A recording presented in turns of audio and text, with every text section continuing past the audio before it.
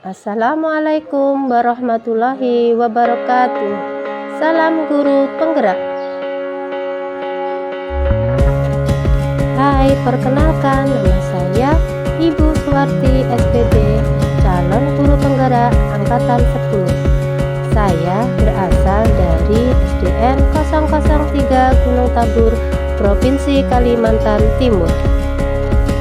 Saya akan mendemonstrasikan kontekstual Ki Hajar Dewantara. Siapa sih Ki Hajar Dewantara? Yuk kita pelajari tentang latar belakang Ki Hajar Dewantara. Ki Hajar Dewantara yang lahir dengan nama Raden Mas Suwardi Suryaningrat pada tanggal 2 Mei tahun 1889 di Yogyakarta. Beliau merupakan salah satu tokoh yang paling berpengaruh dalam sejarah pendidikan Indonesia.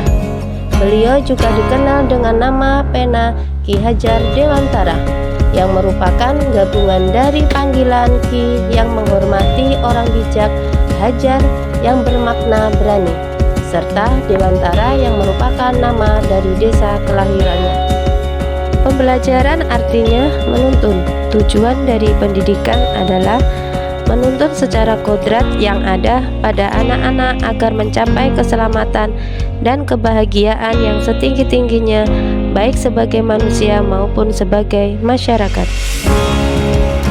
Pada dasarnya, pendidikan guru hanya dapat menuntun, memperbaiki lakunya, bukan dasarnya. Yang kedua, dalam menuntun anak diberikan kemerdekaan belajar, namun tetap harus diberikan arahan agar anak tidak kehilangan arah. Semboyan Ki Hajar Dewantara tentang peran guru sebagai pendidik. Semboyannya adalah Ing ngarsa sung tulodo, ing madya mangun kasa, tutwuri handayani. Ing ngarsa sung tulodo artinya di depan guru memberikan teladan. Ini menekankan pentingnya seorang guru atau pemimpin sebagai teladan bagi murid atau pengikutnya.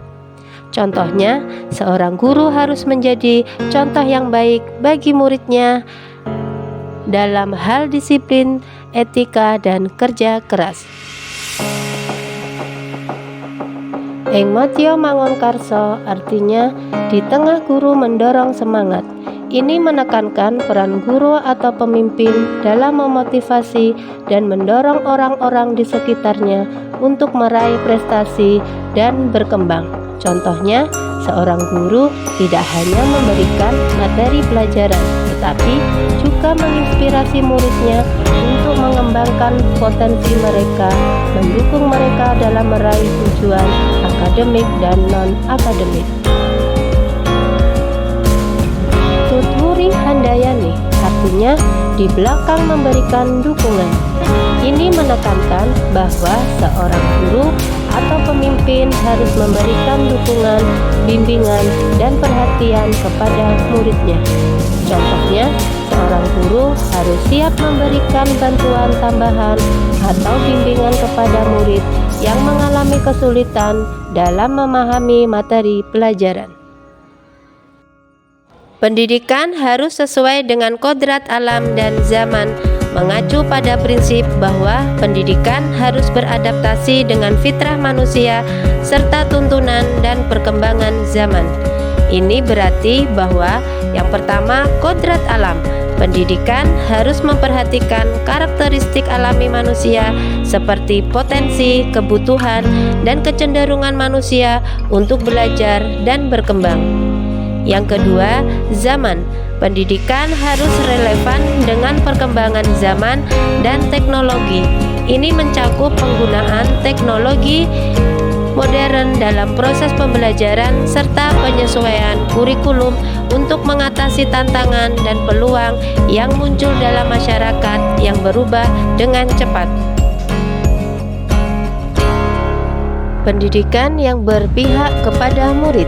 Yang pertama, kemerdekaan dalam belajar, serta kritis, kreatif, dan inovatif. Pembelajar ini juga harus disesuaikan dengan perkembangan zaman. Pendidikan yang berpihak kepada kemerdekaan murid dalam belajar menempatkan penekanan pada pengembangan keterampilan kritis, kreatif, dan inovatif. Pendekatan ini memungkinkan murid untuk mengembangkan pemikiran analitis, berpikir di luar konteks, dan menciptakan solusi baru. Dengan memperhatikan perkembangan zaman, pendidikan semacam ini disediakan platform untuk pembelajaran yang relevan dengan teknologi dan tren terbaru, mempersiapkan murid untuk menghadapi tantangan masa depan dengan keyakinan dan kemampuan yang diperlukan.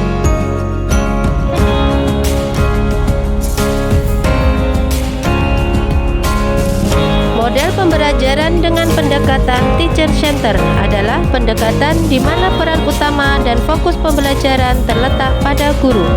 Dalam model ini, guru lebih dominan dalam mengatur pengajaran, menentukan materi pelajaran, serta memberikan instruksi kepada murid. Pendekatan ini seringkali tidak memberi banyak ruang bagi kemerdekaan dan inisiatif murid dalam proses pembelajaran. Sebaliknya, fokusnya lebih pada transfer pengetahuan dari guru kepada murid tanpa banyak ruang untuk ekspresi pribadi atau eksplorasi individu.